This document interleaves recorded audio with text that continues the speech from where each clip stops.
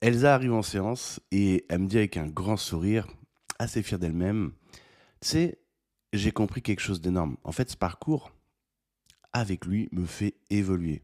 Je remercie cette rencontre. Elle m'a montré tout ce que j'avais besoin de libérer en moi.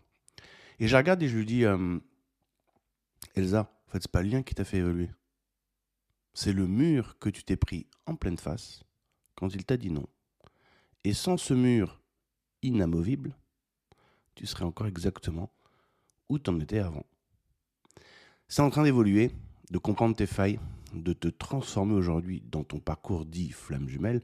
C'est pas grâce à un lien de magie sacrée ou d'une volonté divine, c'est uniquement grâce au mur inamovible, c'est-à-dire la situation inchangeable à laquelle tu fais face et que tu t'es pris en pleine poire.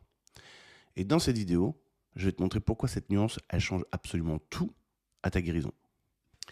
Il y a quelques jours, j'ai publié une vidéo donc, sur l'histoire d'Amanda, donc cette femme qui avait laissé finalement 14 ans de mariage derrière elle et 2 enfants pour courir après une illusion chimique qu'elle appelait âme sœur.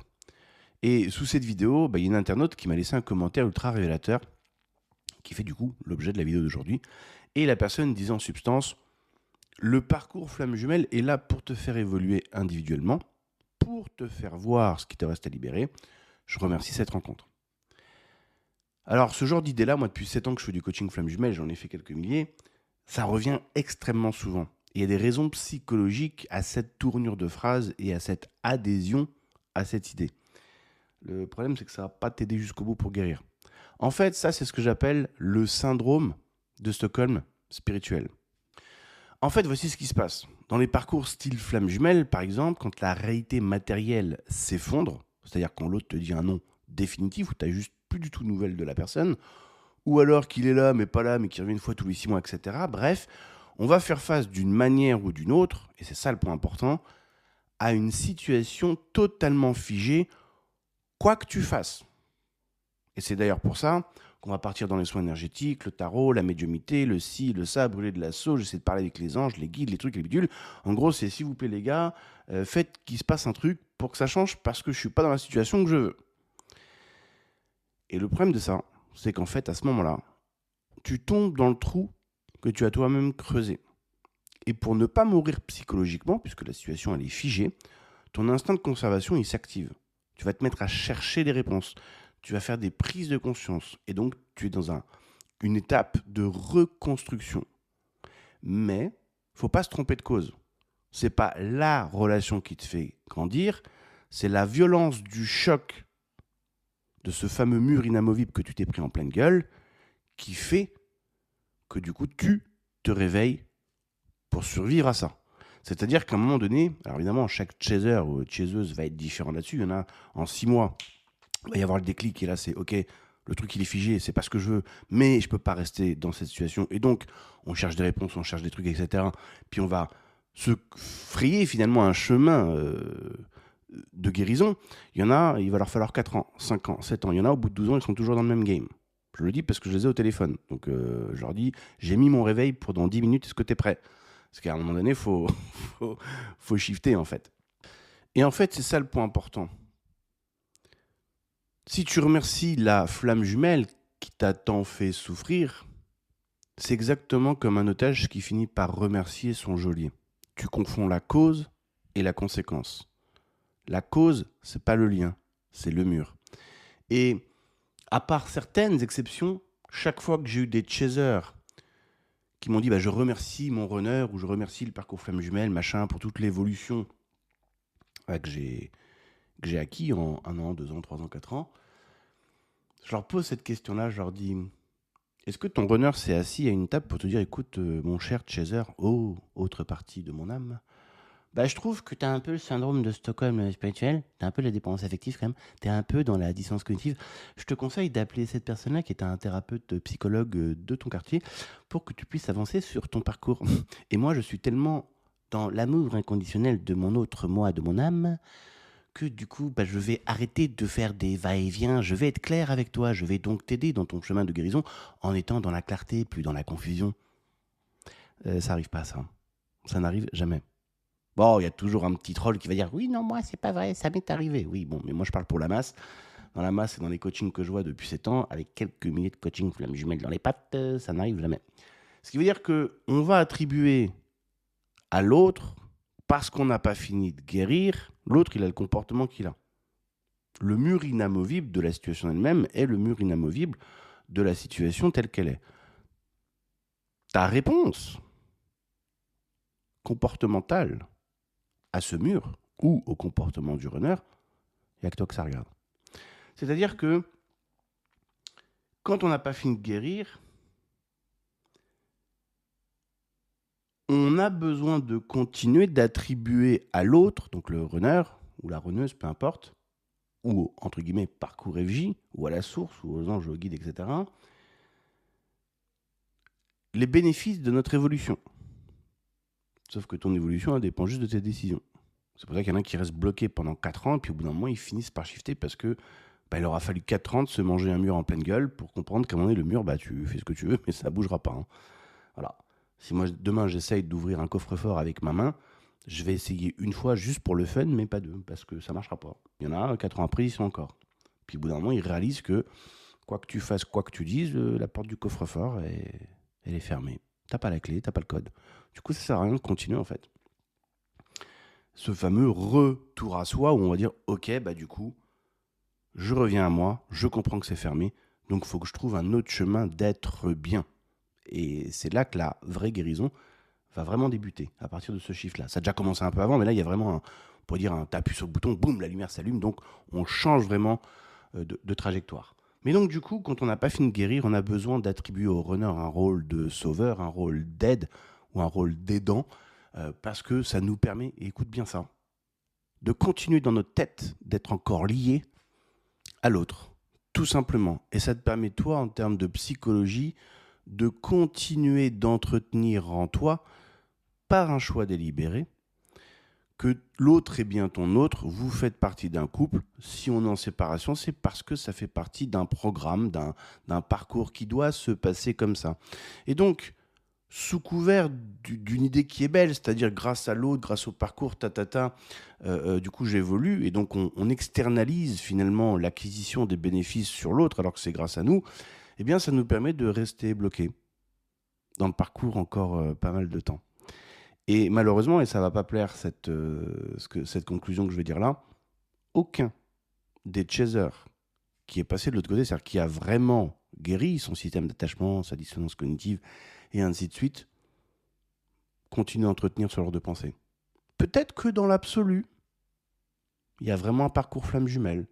Peut-être que dans l'absolu, l'autre est bien la contrepartie de ton âme ou un truc comme ça. Ou peut-être pas.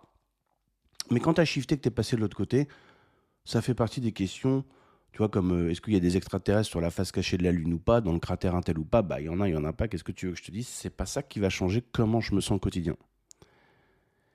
Quand on n'a pas fini de guérir, on a besoin de continuer de s'accrocher à ces systèmes de pensée. Parce qu'on en a besoin. Pourquoi? Parce que ça nous permet de ne pas se confronter à la réalité terrain qui, comme Amanda par exemple, et c'est pour ça que j'ai fait cette vidéo sur Amanda et que j'enchaîne sur celle-là.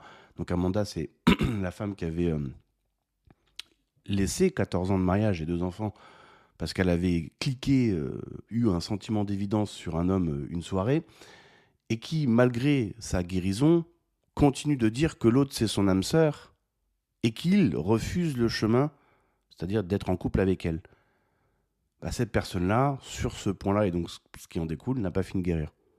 Parce que ça veut dire, elle continue d'entretenir un schéma de pensée, qu'elle a raison, que l'autre c'est bien son autre, c'est juste l'autre, lui, qui refuse le chemin. Alors qu'en fait, c'est juste elle qui refuse qu'elle s'est mangé un râteau de la taille du Grand Canyon. Et qu'elle n'arrive pas encore à digérer ça. Donc elle a encore besoin de comprendre que oui, elle a guéri, elle a avancé dans une certaine mesure, donc elle a fait un certain travail de guérison, parce qu'elle n'a pas eu le choix, parce que l'autre étant dans le non, et donc n'accédera pas à la relation de couple, elle n'a pas le choix que sortir du trou qu'elle a creusé elle-même. Et du coup, on remercie donc la flamme jumelle qui nous a fait, entre guillemets, tant souffrir, exactement comme si un otage finirait par remercier son geôlier. En fait, on confond la cause et la conséquence. La cause, c'est pas le lien, c'est le mur. C'est-à-dire que parce que je fais face à une situation qui est inamovible, peu importe tout ce que j'ai testé, et c'est pour ça qu'on va passer du temps à tester plein de trucs, hein, le tarot, l'énergétique, le ci, le ça, le ré, le fa, le dolomie avec toutes les quentes et toutes les grammes, en espérant justement que ce mur ne soit plus et donc que la relation se fasse, mais on se rendra compte que ce n'est pas le cas. Toutes ces expérimentations qui seront un échec à faire changer le mur font qu'à un moment donné, on va choisir d'autres options. Et donc, du coup, dans toutes ces tentatives infructueuses à faire changer la nature du couple, enfin, faire en sorte que le couple se fasse, c'est des informations qui rentrent dans notre tête et qui permettent de créer des autres raisonnements. Par exemple, imaginons que tu sois dans l'écoute du tarot au quotidien. Du coup, si ça fait un an que tu fais ça, par exemple, tu as dû entendre plusieurs fois des annonces comme le masculin revient, où il y a des vagues de réunions parce que c'est le printemps, etc., etc. Ou que tu fasses des tirages privés dans lesquels on t'aurait donné ce même genre de message. Il y a d'un côté les prédictions et de l'autre côté la réalité terrain. Imaginons qu'on t'ait dit 20 fois sur un an que le runner allait revenir pour la réunion, etc. Mais que tu t'es rendu compte que tu n'as reçu aucun message, aucun texto, enfin il n'y a rien de concret vraiment derrière, et quand même il serait revenu, c'est toujours comme avant, je viens, je butine, je repars, mais rien de concret. Il y a d'un côté ce que toi t'entends, et de l'autre côté ce que tu vas constater avec les faits, rien que les faits, uniquement que les faits, parce qu'il n'y a que ça de vrai en fait. Et donc du coup, ça fait 20 fois qu'on dit qu'il va revenir, et que tu constates que ça fait 20 fois qu'il ne revient pas, toi et ton cerveau, puisque c'est de l'information qui se présente à soi, est obligé de créer des nouveaux raisonnements. De dire, mais comment c'est possible qu'on me dise 20 fois qu'il revient si c'est 20 fois qu'il ne revient pas. Du coup, on va se mettre à douter, par exemple, du tarot.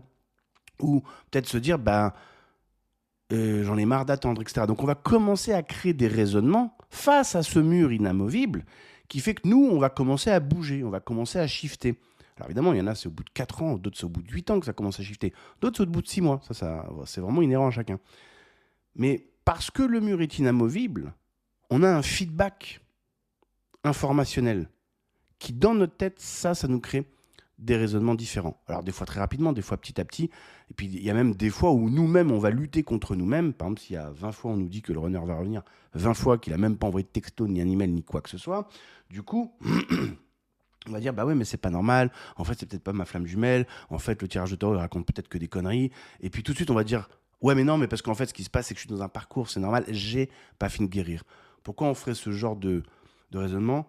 Parce qu'on n'accepte pas l'idée de la réalité terrain. On est nous-mêmes dans le déni. Parce que si ça fait 20 fois qu'on dit qu'il revient pas, mais que ça fait 20 fois qu'il revient pas, la conclusion, c'est qu'il n'est pas revenu. Et il pleut ou il pleut pas. Il y a pas de. Voilà. Et pour ça, il ne faut pas un Master 5 en psychologie. C'est un constat. Du coup, ça veut dire que on est seul à avoir envie de cette relation, donc on va dans le tarot, etc. Et que s'il ne revient pas, on est seul à devoir prendre des décisions et en assumer les conséquences. Et ainsi de suite. Et ça, en fonction de où on en est dans notre psyché, dans notre travail de guérison, on n'a pas envie de s'y confronter. Donc on va dire oui, mais non, mais en fait, ce qui se passe, c'est que il est sur le chemin de la guérison, mais moi, j'ai pas fini de guérir, donc et donc du coup, on continue de se raconter un scénario qui nous permet de continuer d'être sur le même chemin. Et il y a un dicton en développement personnel qui dit continue de faire ce que tu as toujours fait et tu continueras d'obtenir ce que tu as toujours obtenu. Et donc, cette prétendue nuit noire dure uniquement tant que tu continues d'insister pour qu'une relation qui ne se fait pas se fasse, alors qu'elle ne se fait pas. Les faits, rien que les faits, et uniquement que les faits. En fait, tu essaies de forcer une porte qui est verrouillée de l'intérieur et tu t'étonnes d'avoir mal au bras. Et en fait, ce qui se passe ici, c'est que pourquoi on est dans le déni et qu'on vit cette noire de l'âme, qui est donc la friction en fait entre ton obsession intérieure et donc la réalité qui refuse de bouger. Parce que nous, on s'est fié, et ça c'est aussi un point clé dans cette vidéo, on s'est fié, dur comme fer, à un ressenti intérieur, sentiment d'évidence, etc. C'est-à-dire que l'autre est mon autre. Sauf que la réalité de terrain te montre que ça l'est pas. Et donc, comme Amanda, qui, quand elle a flashé sur Jason, et elle a eu un ressenti intérieur, donc une impression intérieure, un sentiment d'évidence, et elle va s'y accrocher comme étant une information de la plus haute vérité. Alors que oui, c'est vrai que tu as entendu slash ressenti ça quand tu as vu Jason, mais avoir constaté un ressenti très fort en soi ne prouve en aucun cas que le message qui vient avec est vrai. La preuve en est, Jason, à partir du jour 1 jusqu'à aujourd'hui, a toujours dit non, je ne veux pas cette relation. Du coup, il y a un différentiel énorme entre ce que je ressens et mon envie de prendre pour argent comptant, ce qu'on appelle l'identification à la pensée ou à l'émotion, mes ressentis comme étant une boussole fiable et d'un coup la réalité terrain. Et donc en fait, tout ce parcours flamme jumelle, ou dit flamme jumelle, va t'apprendre un truc hyper important, et c'est ça sur lequel on a du mal à lâcher, c'est qu'en fait, quand j'ai ce fameux sentiment d'évidence, et que ça se présente en moi de manière éclatante, je ne fais pas la différence entre deux choses. Un ressenti qui se présente en moi de manière mécanique et automatique, c'est-à-dire je rencontre le runner ou la runneuse et bam, il se passe, on va dire, ce sentiment d'évidence le premier jour, au premier regard, par exemple, pour simplifier l'explication, et le message qui vient avec. Parce que si je rencontre Julie demain et que j'ai un énorme sentiment d'évidence, je suis sûr que c'est la bonne personne, tatati, tatatata. Mais que de l'autre côté, 3 semaines après, je me rends compte que la personne, un coup elle est là, un coup elle n'est pas là, elle écrit pas, bref. La réalité de terrain me montre que ce n'est pas le cas. Mais moi, je vais choisir intérieurement, j'ai le choix entre gauche, mon ressenti et la signification, c'est-à-dire l'autre c'est ton autre, et droit, la réalité de terrain. Je continue de choisir que mon ressenti est ce qu'il faut écouter. C'est-à-dire que je choisis de faire fi des faits de la réalité terrain au profit de vouloir faire confiance à mon intériorité. Dur comme fer, je ne ferai pas autre chose. Et le problème de ça est la chose suivante. Parce que dans les faits, uniquement que les faits, rien que les faits, en 1, tu as eu un ressenti d'évidence quand tu as rencontré cette personne. En 2, tu es persuadé que donc c'est la bonne personne. Et en 3, il y a l'effet de la dynamique relationnelle. Si tu prends la globalité de ça, donc le point 1, le 2, le 3, tu es obligé d'arriver à une conclusion qui va faire que tu vas avoir un nez qui pisse le sang, mais c'est pas grave, hein. Il y a des ambulances, il y a des hôpitaux. Ça veut dire qu'il y a une solution à ça. Ça veut dire qu'il y a une explication à ça. Et l'explication est la suivante. J'ai un système nerveux mental-égo qui, quand j'ai rencontré Marie, on va dire le runner, ou la runneuse, lui-même, il s'est déclenché comme reconnaissant l'autre personne. Si par exemple moi je suis un anxieux, il a reconnu un profil évitant qui est exactement ce dont mon système nerveux a besoin pour activer un certain nombre de programmes. Du coup, pour mon système nerveux, l'autre est bien la bonne personne et il a raison. Il a raison pour activer, je suis un évitant, en gros je suis la clé, lui c'est la serrure ou elle c'est la serrure. Ça va parfaitement ensemble. Il ne va pas faire ça sur un profil secure, il ne va pas faire ça sur un autre peut-être évitant, parce qu'il y aura moins de critères. Mais sur ce critère-là, sur cette personne-là, il y aura tous les critères que mon mental ego cherche. Donc mon mental ego a bien trouvé ce qu'il cherchait. Le sapin de Noël s'allume. Et pour ton mental ego, l'autre c'est bien ton autre, c'est bien le bon profil, la bonne armature, la bonne personne pour ce que ton mental ego cherchait. Sauf qu'il y a une énorme différence entre le contenu du disque dur et donc les lignes de code, les programmes, les blessures, les traumas, t'appelles ça comme tu veux, système d'attachement, qu'il y a dans le disque dur de ton mental ego et tes attentes à toi d'une relation amoureuse. Sauf que quand toi, tu vas ressentir ce sentiment positif d'évidence et l'autre, c'est ton autre, puisque quand l'ego mental trouve ce qu'il cherche, il va t'envoyer quelque chose de positif, c'est pratiquement toujours comme ça. Du coup, tu associes ressenti positif, donc de évidence, etc. Donc déjà un truc qui est rare, ça n'arrive pas souvent, plus la personne qui est en face de toi, donc l'autre c'est ton autre, donc du coup toi t'es parti sur tes attentes à toi d'être humain, de la fameuse relation qui fait que tatati, tatata, il y a beaucoup d'enfants, toi c'est sur ça que tu veux partir, on l'a tous fait. Donc dis pas non, rentre pas dans le déni, on sait que c'est vrai. Donc toi tu pars sur ça, mais parce que tu t'accroches à un petit bout d'information qui est sentiment d'évidence, l'autre c'est ton autre, donc vas-y on y va, ça correspond à ce que je veux entendre. Donc pour toi c'est un feu vert, mais la réalité de terrain va te rattraper Et tu vas te rendre compte que la relation ne fonctionne pas. D'où la dissonance cognitive entre ce que tu as ressenti et ce que tu étais persuadé qui était vrai et la réalité de terrain de l'autre côté. Et tu as partiellement raison et tu as partiellement tort. Pourquoi ? Parce que ton sentiment d'évidence, et l'autre c'est ton autre, est partiellement vrai parce que t'es l'anxieux et l'autre c'est le bon évitant pour toi. Donc ça colle de ouf pour l'ensemble de la dynamique. Pas ça colle de ouf pour Yves beaucoup d'enfants et tout, et tout, et tout. Du coup, tu as partiellement raison, parce que d'un côté, c'est vraiment c'est bon profil, on va dire, évitant pour le bon anxieux que tu es. Mais ça, c'est le bon profil pour le contenu du disque dur de l'inconscient. Et c'est la mauvaise personne pour évacuer beaucoup d'enfants. Et donc, c'est là que ça devient intéressant.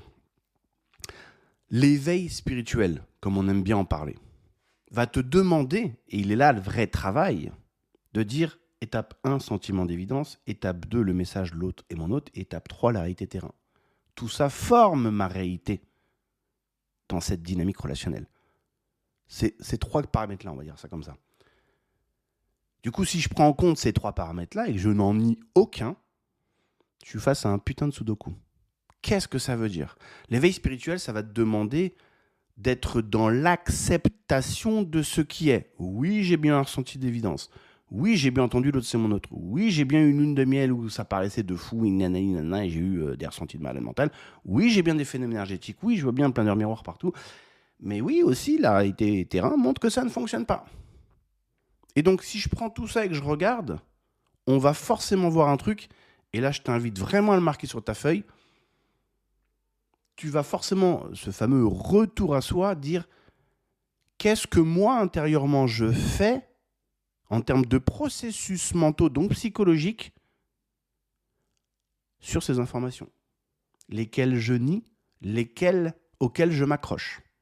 Donc je m'accroche à quoi et je nie quoi. Et là où tu nies, et je te garantis que tu le fais, prends un appel de 20 minutes, je vais te poser 2 questions, tu vas voir comment tu nies. Est-ce que je peux arrêter de nier ? Et là, on arrive dans ce qu'on appelle l'art du lâcher-prise. C'est-à-dire, j'arrête de vouloir croire que c'est ma flamme jumelle et j'arrête d'être contre l'idée que c'est ma flamme jumelle. Ce qui est. C'est ça le résultat final auquel tu veux arriver. Pour arriver à ça, il faut que toi, tu arrêtes de lutter contre ta propre intériorité, tes propres schémas de pensée.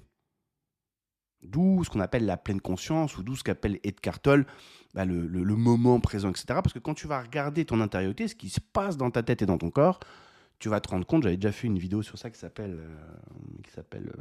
bonne question, qui s'appelle un truc genre machin secret de l'attachement ou du détachement ou un truc comme ça, j'avais fait ça il y a 1 an ou 2, qui est face à une information intérieure, tu vas soit la bloquer, la nier, l'enterrer, la combattre, essayer de la tuer, soit tu vas t'y accrocher. Mais quand tu fais ni l'un ni l'autre, tu es dans le lâcher-prise. Le lâcher-prise est le résultat, je vais faire un énorme raccourci, de l'éveil spirituel. C'est-à-dire j'ai regardé mon intériorité, je suis en train de me rendre compte que là je bloque, je nie, je combats des informations intérieures en moi, qu'elles soient vraies ou pas, on s'en fout. Par contre, ce qui est vrai, c'est que je suis en train de bloquer ou de m'y accrocher. Et si j'arrête de faire ça avec mon intériorité, qu'est-ce qui se passe ? Automatiquement, la chose se délie. Et donc, quand tu fais ça avec toi-même, donc ce fameux retour à soi, sur les différentes informations, par exemple, si je te dis l'autre c'est ta flamme jumelle, en fonction d'où tu en es dans ton parcours, tu vas vouloir y croire à fond, tu es trop content si ton médium il te dit ça. De l'autre côté, si je te dis l'autre c'est pas ta flamme jumelle, tu risques d'avoir une résistance intérieure, un blocage, de la colère. Est-ce que tu peux laisser partir cette colère face à cette information ? Tu verras que ta réponse elle est non. Tu n'auras pas envie de le faire. Pourquoi ? Parce que tu vas entendre, si je laisse partir cette colère face à l'information qui me dit que je ne suis pas flamme jumelle, j'ai peur que mon runner ne revienne jamais. Et en fait, quand en cascade, tu fais ça sur chacune de ces informations, à la fin, et à la fin, c'est pas en une séance, ça se fait sur différentes séances, tu arrives à cette conclusion intérieure. Ton état intérieur est celui-ci. Je suis. Et ça suffit. Du coup, l'autre, c'est ta flamme jumelle, ça l'est pas, t'en as rien à péter. L'autre, il revient pas, s'il revient, tu verras ce que tu fais à ce moment-là, et s'il revient pas, il n'y a rien à voir. T'es zen, t'es bien, en fait, sur cette thématique-là. Pourquoi ? Parce qu'en faisant tout ce que je viens d'expliquer avant, ce que tu fais vraiment dans ce fameux retour à soi, c'est que toi, la conscience, on va dire le front, a choisi, via, entre guillemets, éveil spirituel ou éveil de conscience, d'aller regarder qu'est-ce qui se passe sous ton capot. Et tu vas te rendre compte que tu es constamment en combat avec les différentes informations, soit tu adhères, soit tu combats, on va dire ça comme ça, aux informations qui sont produites de manière mécanique et automatique par ton ego mental. Et c'est pour ça que le jour où le sentiment d'évidence est arrivé, donc tu rencontres Marie, tu la regardes dans les yeux, ah, sentiment d'évidence, l'autre c'est mon autre, comme ça monte en toi positif, tu as adhéré à cette idée, puisque cette information qui surgit en toi, que tu n'as pas demandé, mais qui se présente en toi, puisque c'est ton ego mental qui réagit, elle te convient. Et c'est ni bien ni mal qu'elle te convienne sur le moment. Le problème, il est quand la dynamique relationnelle te montre que ça ne fonctionne plus. Les faits montrent que, du coup, la personne, le résultat de la dynamique, bah, t'as pas l'air de se passer comme étant ce qui se passerait avec une bonne personne pour toi, en termes de relation amoureuse, de couple. Et là, on va rentrer maintenant, nous, dans le déni de l'information extérieure, c'est-à-dire terrain, les faits, et de notre intériorité. Et c'est pour ça qu'on va partir dans le tarot, la médiumnité, etc., parce qu'on est, en fait, on est face à un mur. Et au lieu de reconnaître qu'on est face à un mur, parce que c'est pas ce qu'on a envie de faire, on va essayer de passer ce mur, de détruire ce mur. Mais en fait, tout ce qu'on va faire, il n'y a rien qui va marcher. Et ça m'amène à ça qui est hyper important. C'est les foudres karmiques. Voici ce que montre la réalité terrain. Plus tu es dans le déni, dans le combat, dans la friction par rapport à la réalité terrain, donc plus tu es dans cette nuire de l'âme et plus tu veux forcer une porte qui ne s'ouvre pas, plus tu prends cher. Plus tu vas commencer à te détacher de ça, parce qu'au bout d'un moment, les informations montrent que finalement la porte ne s'ouvre pas, donc tu vas commencer à penser différemment, à entrevoir des choses différentes et à dire, et si finalement la relation, c'était juste une relation qui ne fonctionnait pas. Bref, tu vas commencer à te détacher de la relation flamme jumelle et les foudres karmiques, les heures miroirs, les faits énergétiques, tout ça, c'est factuel. Là, c'est pas de la théorie comme on a beaucoup dans le parcours flamme jumelle. Ça fait 7 ans que je le vois tout le temps avec mes clients. C'est tout le temps comme ça. Il suffit d'écouter leur récit pour dire t'as vu? Ouais, regarde. Les foudres karmiques, là, les faits énergétiques. T'as vu? Ouais. C'est en train de partir. Ouais. Et t'as vu que c'est en corrélation directe avec ton changement de pensée. Plus tu voulais faire en sorte que la relation qui ne se fasse pas se fasse, plus tu prends cher. C'est normal, tu es dans l'agrippement, l'attachement, tu n'es pas dans le lâcher-prise. Et donc plus on va lâcher prise intérieurement, plus tout ça, ça va se délier. Donc c'est pas, si tu pars de cette relation flamme jumelle, tu vas te manger des déculottés de là-haut, c'est plus tu te détaches de la relation flamme jumelle, plus les foudres karmiques, les heures miroirs, les faits énergétiques, les vases communicants, tout ça, ça va se délier. Donc en fait, cette nuit noire de l'âme, en fait, c'est juste le résultat alors, d'une mécanique qui va à tous nous arriver. Parce qu'on était persuadé que c'était la bonne personne et bah, on se mange le mur en pleine face à 120 km/h. Donc on va souffrir. Et en fait, on va se réajuster. C'est ça le parcours de guérison. C'est que comme notre mental ego et nous, on va lutter contre cette relation, eh bien effectivement, on va prendre cher. Donc en fait, tu forces une porte qui est verrouillée de l'intérieur et du coup, tu t'étonnes d'avoir mal au bras. Et donc, et c'est ça qu'il faut comprendre là dans la vidéo, c'est que plus tu vas shifter tes pensées, plus tu vas regarder les faits, rien que les faits, uniquement que les faits, et être dans l'acceptation de ce qui est, c'est-à-dire que cette relation ne fonctionne pas, plus tu vas lâcher prise, moins tu vas souffrir, plus la douleur va avoir tendance à se dissiper. C'est juste en fait mécanique, c'est pas spirituel en fait. Et d'ailleurs, je finirai un petit peu cette partie-là par ça. Quand tu regardes l'étymologie de spiritualité, l'étymologie du mot psychologie, c'est des étymologies très sœurs. C'est l'étude de l'intériorité, de tes mécanismes intérieurs, de la vie, de l'âme. L'âme est le principe qui anime, selon son étymologie. Donc du coup, quand tu es éveillé spirituellement, tu es donc intéressé, curieux de ta mécanique intérieure. C'est-à-dire toi, d'un côté, la conscience, la vie, l'âme, et de l'autre côté, ton pote Pipoligo, qui, que tu le veuilles ou pas, il produit mécaniquement de la pensée tous les jours. C'est comme ça, pas autrement. Et si ça, tu as du mal à le comprendre, une fois que tu as arrêté la vidéo, tu fermes les yeux et tu choisis de n'avoir aucune pensée, aucune image, aucun commentaire pendant 1 minute. Tu verras, au bout de 2 secondes et demie, tu vas être en train de penser à un truc. Parce que tu n'as pas le choix. C'est comme ça. Et c'est pour ça que l'ego mental, si tu es dans l'acceptation des pensées de l'ego mental, elles vont forcément perdre en force et en intensité. Et on va dire le flot de la rivière, au lieu d'être un torrent furieux, va être une petite rivière douce qui coule et qui continuera de couler parce qu'elle doit être là. Et être dans l'acceptation des pensées de ton ego mental, ça ne veut pas dire être d'accord avec ce qu'il dit ou ne pas être d'accord. Ça veut juste dire, j'ai pris mon téléphone, j'ai écouté un message sur le répondeur. C'est un mec qui veut me vendre ses panneaux photovoltaïques. C'est ça l'acceptation. C'est l'acceptation de ce qui est. Ça ne veut pas dire que tu vas acheter ou que tu dois acheter les panneaux voltaïques. Ça veut juste dire, j'ai pris mon téléphone, mon mental ego m'a laissé un répondeur qui dit ah, c'est ta flamme jumelle, tu peux pas partir, sinon tu vas mourir. Bah, j'ai écouté un message sur le répondeur qui m'a dit je peux pas partir, c'est ma flamme jumelle, si je le fais, je vais mourir. Mais toi, sur cette information, tant que tu n'es pas dans l'acceptation de ce qui est, c'est-à-dire, bah, c'est un message, quoi, c'est tout, c'est une info. Tu vas être dans le combat parce que tu n'as pas envie de mourir, parce que tu crois à ce message, tu crois que c'est vrai, tu crois qu'il faut y prendre, faut y mettre de l'intérêt. Donc tu vas dire, bah, je vais pas laisser la flamme jumelle, je suis pas con quand même, je vais pas mourir. Ouais, mais là tu crois une information produite par ton ego mental, qui déjà provient d'un trauma. Mais est-ce qu'elle est vraie cette information? C'est-à-dire, est-ce que si tu arrêtes de t'intéresser à la flamme jumelle, tu vas mourir?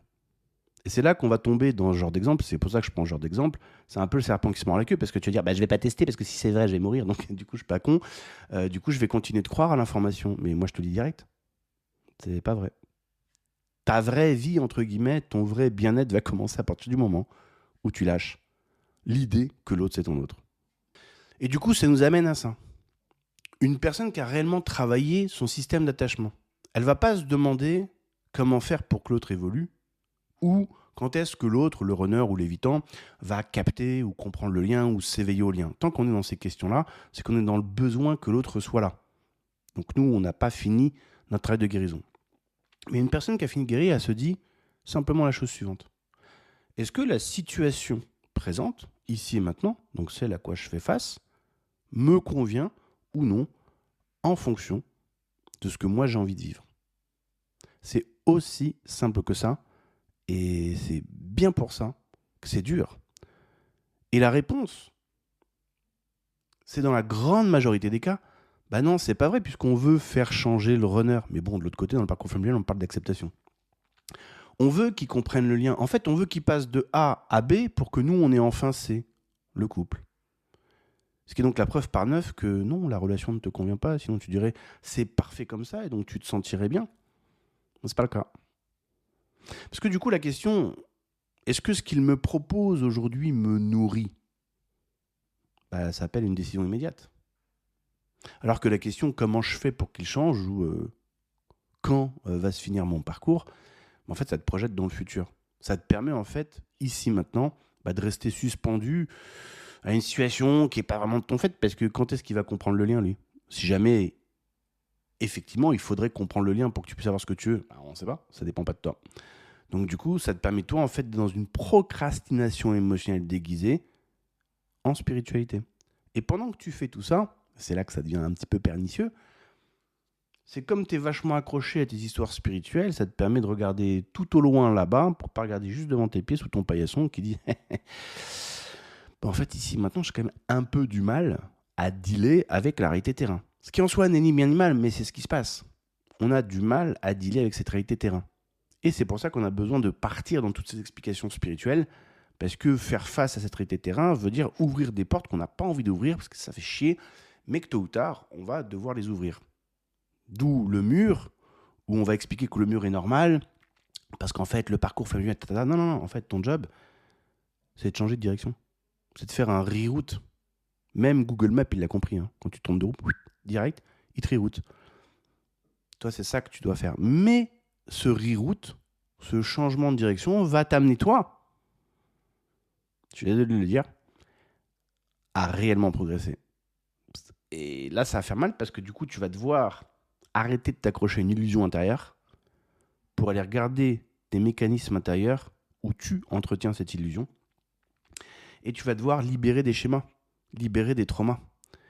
Et ça, pendant une bonne partie du parcours, on n'a pas envie de le faire. C'est pour ça que je répète depuis 7 ans ou 6 ans, je ne sais plus quand j'ai créé ma flamme jumelle, ma chaîne YouTube sur les flammes jumelles, les solutions qui sont proposées, c'est pas de l'EFT à gogo, hein, c'est du tarot, de la médiumnité, du soin énergétique, enfin que des trucs où en fait tu te confrontes jamais vraiment toi, hein. C'est je m'assois sur, on va me faire, je suis dans mon lit, on va me faire un soin énergétique à distance comme ça, moi j'ai rien à faire. C'est trop bien, je viens sur une table de massage, on va me faire ungawa, tes ancêtres, tout ça et tout ça. Toi pendant ce temps-là, tu te confrontes à rien du tout, hein. Et pour peu que sur la table de massage, t'aies un petit peu pleuré parce que la personne, ceci, cela, t'as fait un truc, oh, mon Dieu, j'ai libéré un trauma. Ben non, ma petite paupiette, t'as rien libéré du tout, ça fait 7 ans que t'es dans la même merde. Moi, mes clients, en un mois et demi, c'est réglé, par exemple. Bah oui, hein, parce qu'on veut autre chose, hein. Toi, ça fait 7 ans que tu galères, et tu vas encore galérer pendant des années. Et donc, pour conclure cette vidéo, voici un point clé à comprendre. Une personne qui a réellement travaillé sur son attachement, bah, se demande pas comment faire pour que l'autre, l'évitant ou le runner, évolue ou quand il va se rendre compte du lien. La personne, elle se demande simplement, est-ce que la situation présente, ici maintenant, elle me convient ou non? Et là, le chaser, s'il est un tant soit peu honnête avec lui-même, la réponse sera toujours non. Pourquoi? Parce que les faits, rien que les faits, uniquement que les faits, il n'y a que ça de vrai.